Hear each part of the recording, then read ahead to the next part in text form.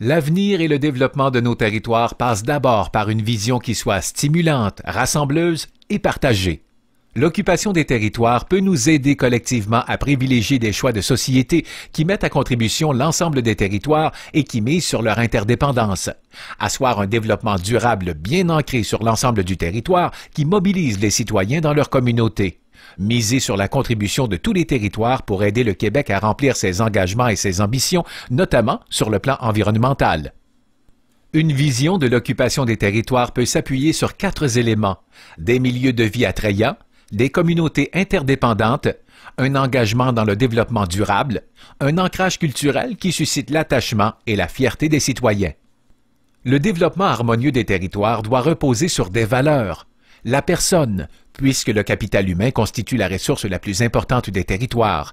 Le développement et l'épanouissement de la personne est la base même de l'avenir de nos milieux, ce qui rappelle l'importance du savoir, de l'éducation, de la culture et de l'intégration. La communauté, puisqu'elle est le ferment de l'appartenance et de l'action collective. Elle nous ramène à reconnaître la place des Autochtones et l'apport de toutes les communautés culturelles qui composent le Québec.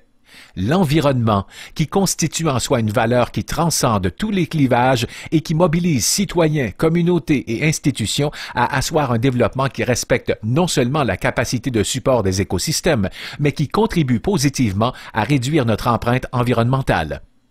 Pour traduire l'occupation des territoires dans l'action, des principes applicables peuvent être mis de l'avant. L'équité suppose la recherche d'une équité entre les citoyens, et ce, peu importe leur lieu de résidence. Cette recherche appelle à assurer une desserte adéquate en services, santé, éducation et autres.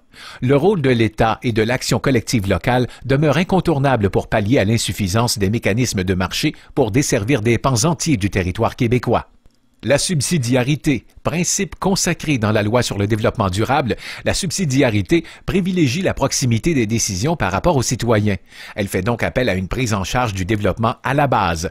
La prise en considération de ce principe faciliterait le déploiement de nouveaux leviers à l'échelle appropriée selon la réalité des territoires. La modulation. Partant de la grande hétérogénéité des réalités territoriales, la modulation suggère de dépasser, quand c'est nécessaire, l'approche unique et uniforme et de privilégier une adaptation des actions et des normes. La modulation vise à mieux répondre aux besoins locaux en tenant compte des particularités qui peuvent s'exprimer.